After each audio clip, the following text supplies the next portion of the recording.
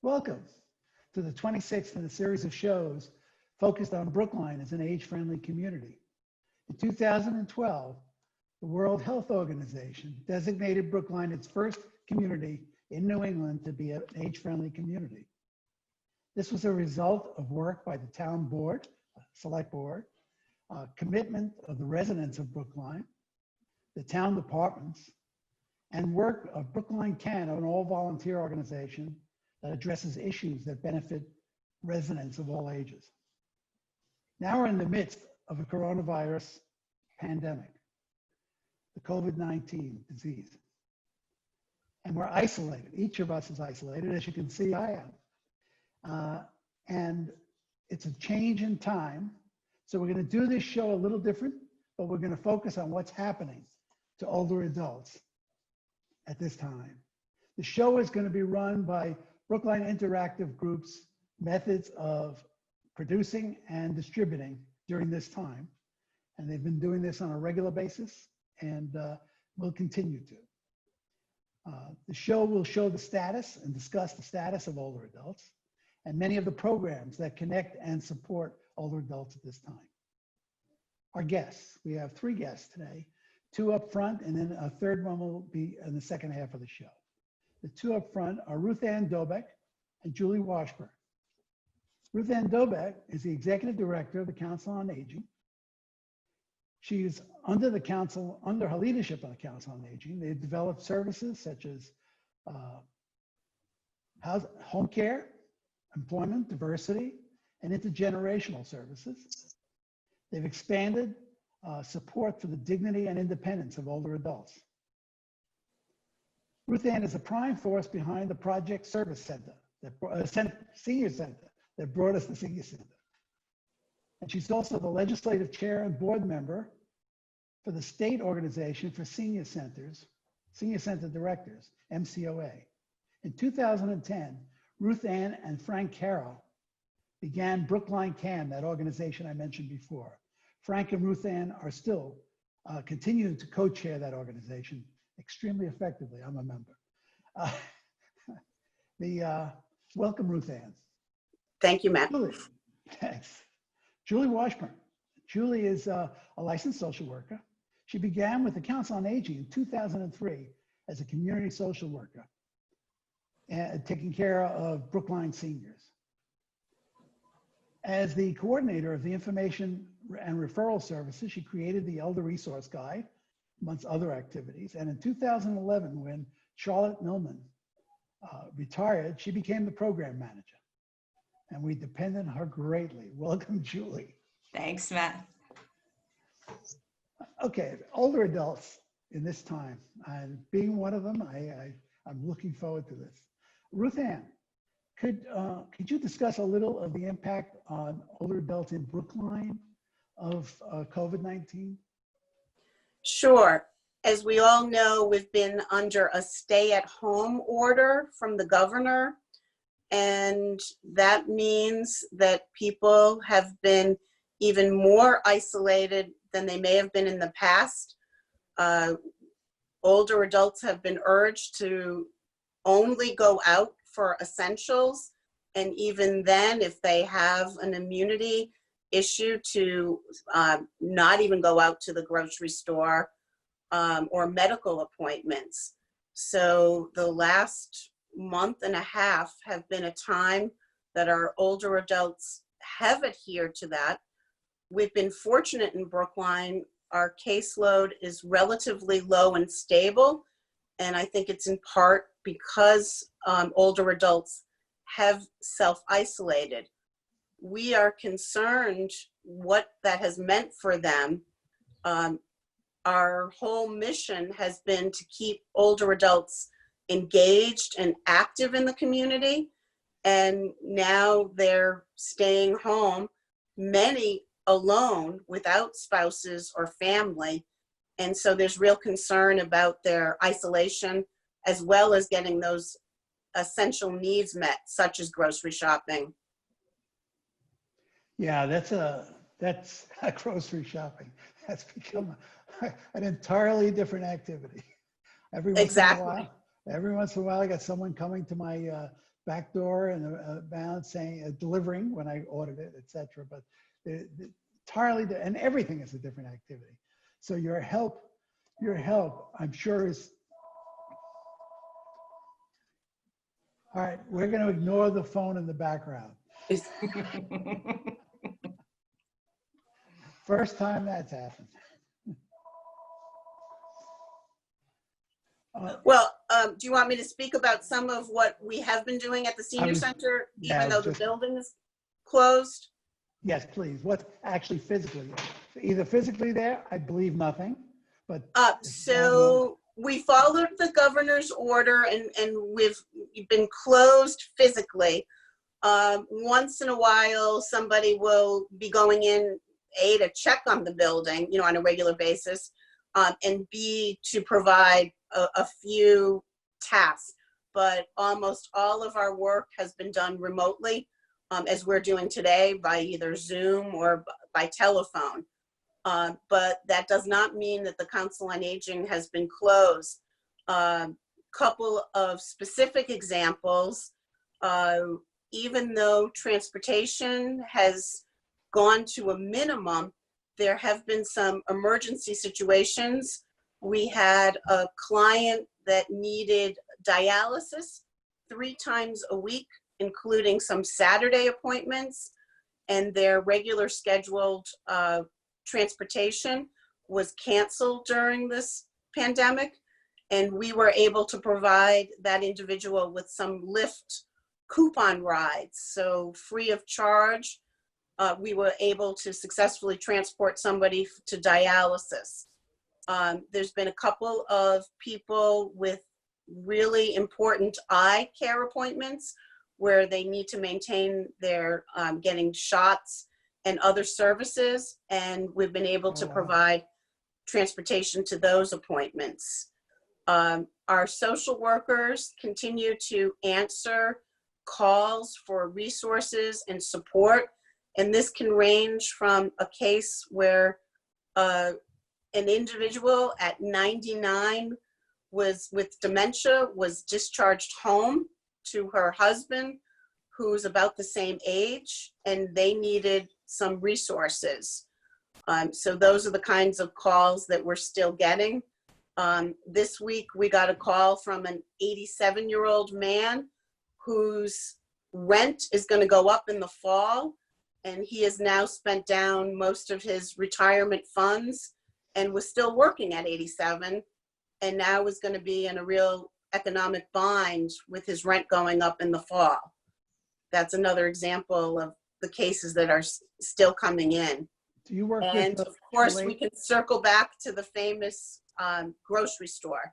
The town has been fortunate. There's been some wonderful volunteer activities, but we, through our home care program, have still been providing grocery shopping to our older adults.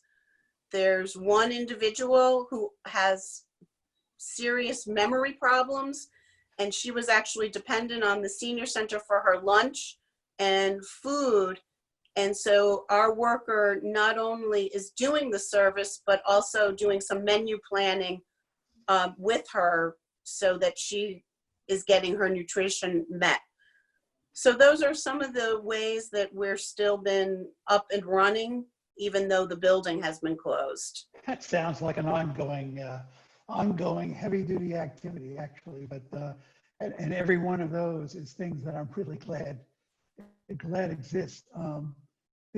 A question: the programs you also have you gotten into this virtual activity at all, or doing any virtual programs, or yes, is that something Julie handles? Yeah, and what I just want to say, and we can then turn it over for Julie to discuss some of the ways.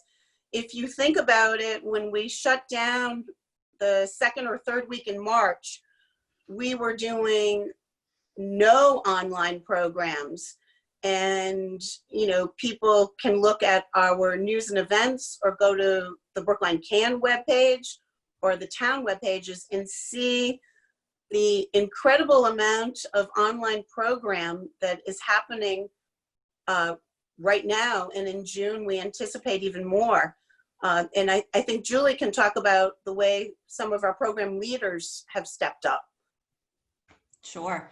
So we're basically at this point doing two types of online programming. One is what I would call the live programming, where people can connect with a program or a class via Zoom and experience a real-time interactive group experience. And the other type of programming that we're focusing on right now is pre-recorded performances and presentations that we're uploading to our website.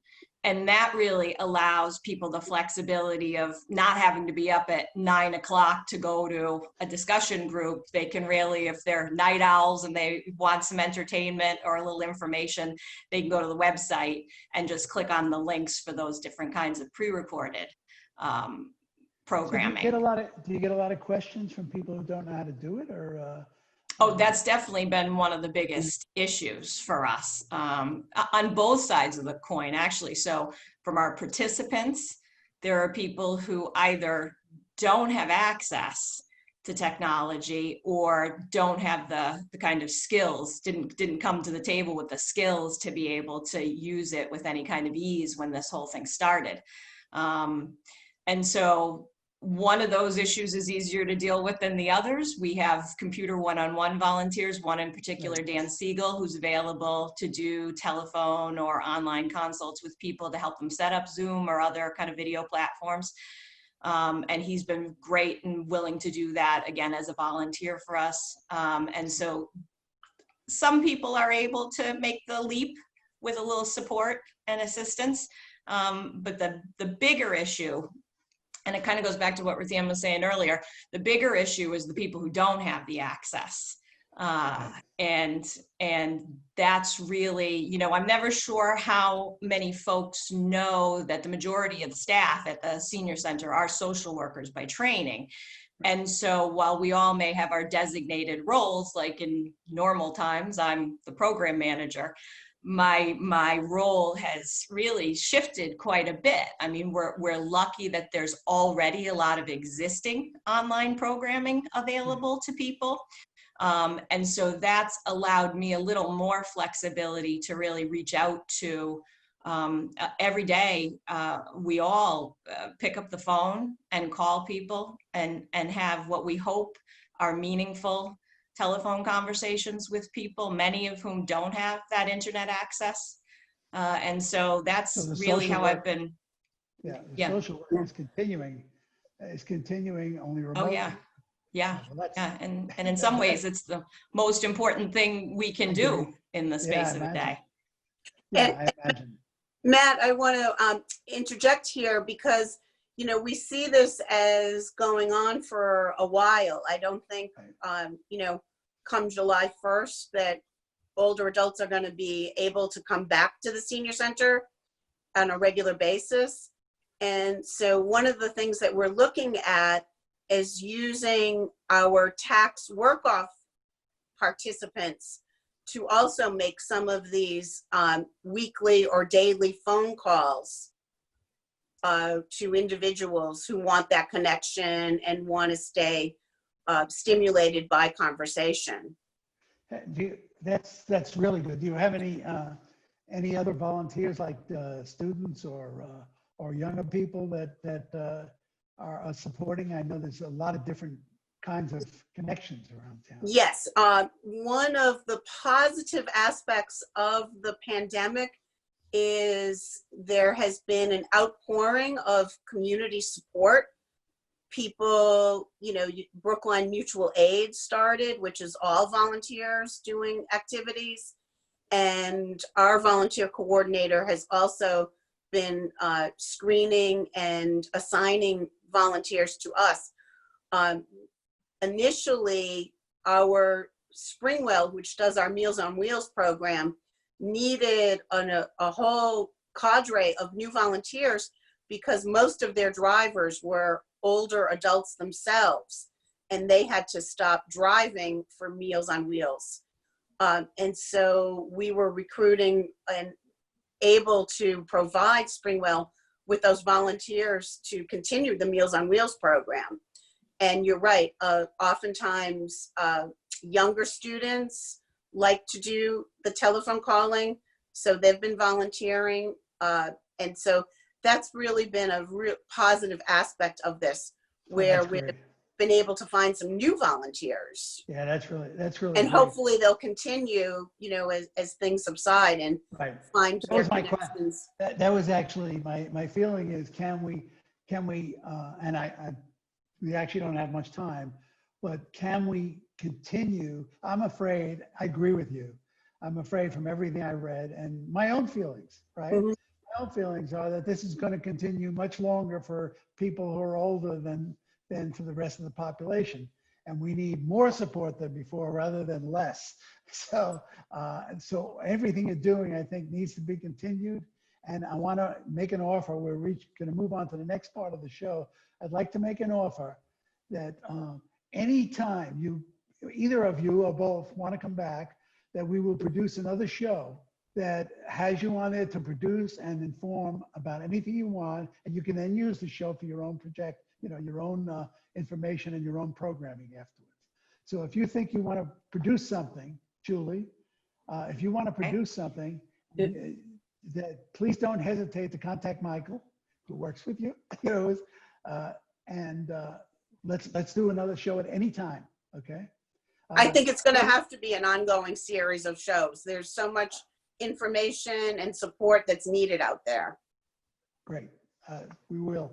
And so I want to thank you, and then bring in, if you guys don't mind us blocking you out, we're going to bring in Laura Baba from the Center Communities of Brookline to discuss some of the senior facilities. Thanks a lot, guys. Thanks, Matt. Thanks, Matt. Our next guest is Laura Baba. Laura is the Community Outreach and Program Coordinator for Center Communities of Brookline. And she's been doing that for 8 years. She's also on the Brookline CAN Education Committee, and with me on the annual meeting and expo committee for Brookline CAN. And she's a member of Brookline CERT. And that's interesting. That's the Certified Emergency Response Team. So if you run into trouble here, we'll call on Laura. Welcome. Laura is also, she connects her jobs at CCB is to connect the residents with the resources of the community, including organizations, schools, and universities. And she highlights the talents and programming activities, lectures, music, art, and events. She's been a Brookline resident and brought up her children there, who are now, she's got 4 children and her husband, Lee, and she's a Brookline resident with the rest of us. Welcome, Laura. Thank you, Matt. Great to be here. Welcome to our new environment. Yes. So Laura, I'm learning how not to interrupt people on Zoom. So you'll pardon me if I fail. But so this is our first shot at this. Could you describe basically your role at Center Communities? Well, you did a great job, Matt. This is, for me, in a way, it's like being a kid in a candy store, because Brookline offers so much richness in terms of access to opportunities within the community, with great community partners, with our universities and colleges in the area. It's just an incredible laboratory of intellect and experience and creativity. It's a joy to be able to program using those resources. And of course, we are really close partners with the Brookline Senior Center and Goddard House and other local agencies and organizations such as the police and fire and the libraries. Well, it goes on and on. We are really in a community full of rich opportunities. Yeah. And of course, we're in a different time, as we said earlier, and we're trying to deal with the coronavirus. What's particularly challenging in the senior living? I mean, we discussed with Ruthann, the senior center, but what about senior living facilities? Well, as you know, this is an independent housing for older adults. They're living in their own apartments, and we provide supportive services as they are needed or as the residents indicate an interest, such as with programming. But that has its own challenges because residents are living here and freely accessing the community, Brookline, surrounding areas, free to come and go as they choose. So when there is this sheltering mandate and there is a pandemic, changing everything basically to accommodate that has been an incredible challenge. And I have to say I'm really proud of the organization, our parent organization, Hebrew Senior Life, for taking such a leadership role from the very start in rolling out all kinds of safety measures, precautions, procedures across the organization that we were really able to mobilize and get things up and running. So I'd be happy to share some of the things that have been done in that area. Yeah, I'd like to. I mean, you're talking about the high-risk population, as we know. Yes. And yet we don't want to leave people out. Obviously, as you said, you want to the opposite. I mean, if we're isolated, you want to get more to them, if anything. So what about exactly. How do you do programming in this environment? What's the technology you use or how do you do it? Well, through a typical program perhaps and what you would do now, right? Right. With typical programming, we might be in our dining room having an afternoon concert, a lecture, or a celebration of some kind.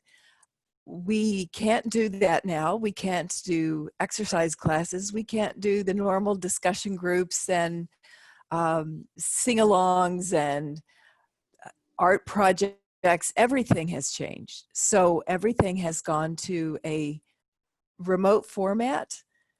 And that has been challenging. It's like turning everything over without any preparation. And so a typical day now is, this is a program guide that we put out each week for all 3 of our sites in Brookline, 1550 Beacon, 112 Center Street, and 100 Center Street. It's the same program guide for all 3? For all 3. So that is another different way. Normally we do 3 distinctly different programming calendars for each building. And so now we are doing that. We are including Zoom meetings that could be lectures, exercise, discussion groups, and so forth. We also are looking a lot at the programs like public television and radio and including those, adding the big events that are happening every week. We got the Brookline Interactive, or yes, okay. Brookline Interactive. Anthony's is giving us each week the program guide that we can publish in this weekly calendar of events so that it connects those who don't have a computer.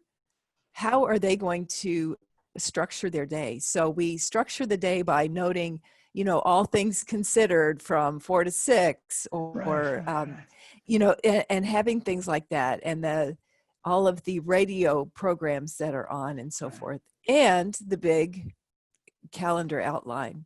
We also, for example, with the senior center, when they listed their May newsletter, we would draw information from the senior center, from all kinds of town resources, how can we connect people while they're sheltering in place?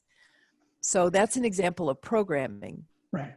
So who has do they have the technology? Are they able to use it, or have you trained them, or the ones who do have computers or do have tablets or phones? Yes. Well, this was an opportunity for us. As I mentioned, this is independent senior housing.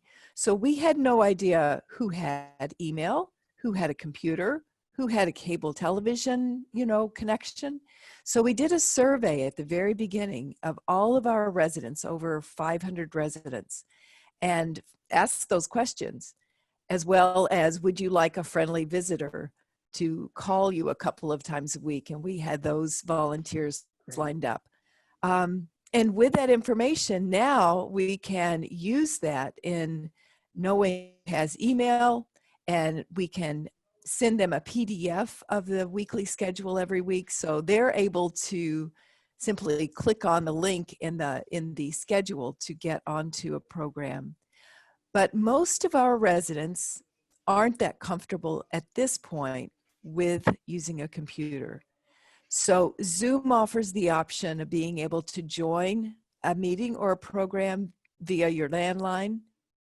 So that has been incredibly Right. Oh, helpful. that's great. It's been the entry point, so that someone who can't access the computer and the visual part of a Zoom is able to call on a landline, and then we can start the process of identifying who needs support. And we have a programming assistant, Amanda, who is now meeting, now that things have opened up a little bit, so that she could be in a room 6 feet apart, both with masks, to be able to go in and work one-on-one with a resident. Then we're able to identify and help support people in learning. And that's going to be an opportunity for community volunteers as well to help us as we try to really ramp up people's comfort and knowledge of using technology. So if you're doing this, is there any reason it would stop going forward? Or is There this is, capability? Yeah. there is absolutely not. I mean, we just see so many more opportunities here. And Matt, we were planning a town-wide expo. The future is now, Senior Technology Expo, that was going to be held on June 4th at the Senior Center. And we had the MIT Age Lab, we had all kinds of amazing resources from around the country that would be involved in that. But now, I think when that expo does happen, it will look very different because of what we've learned through the pandemic, and where are the gaps, where can we engage, what's needed, how can we be more prepared when something like this should happen, or even a winter storm and a presenter can't get there. Now, residents can go straight to Zoom or a similar platform.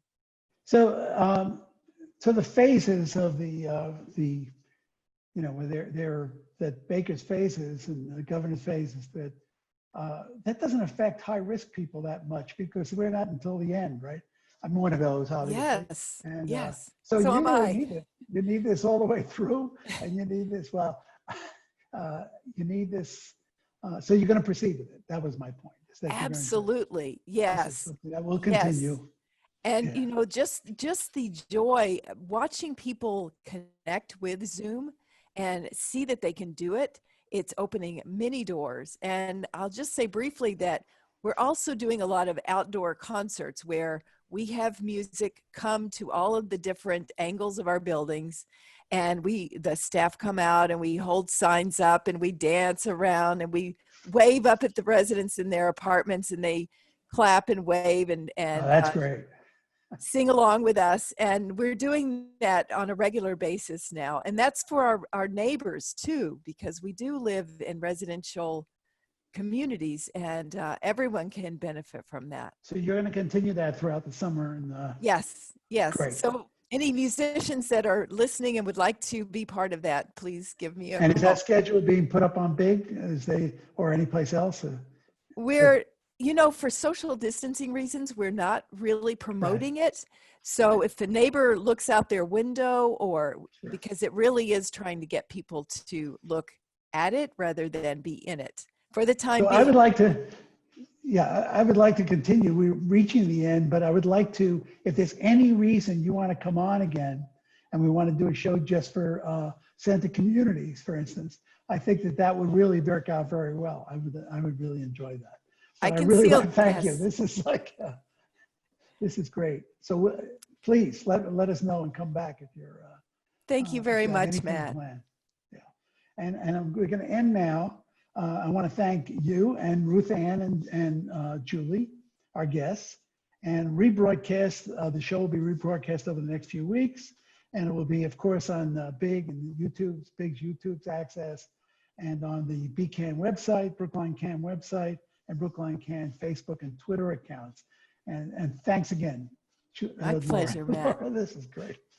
Thank you.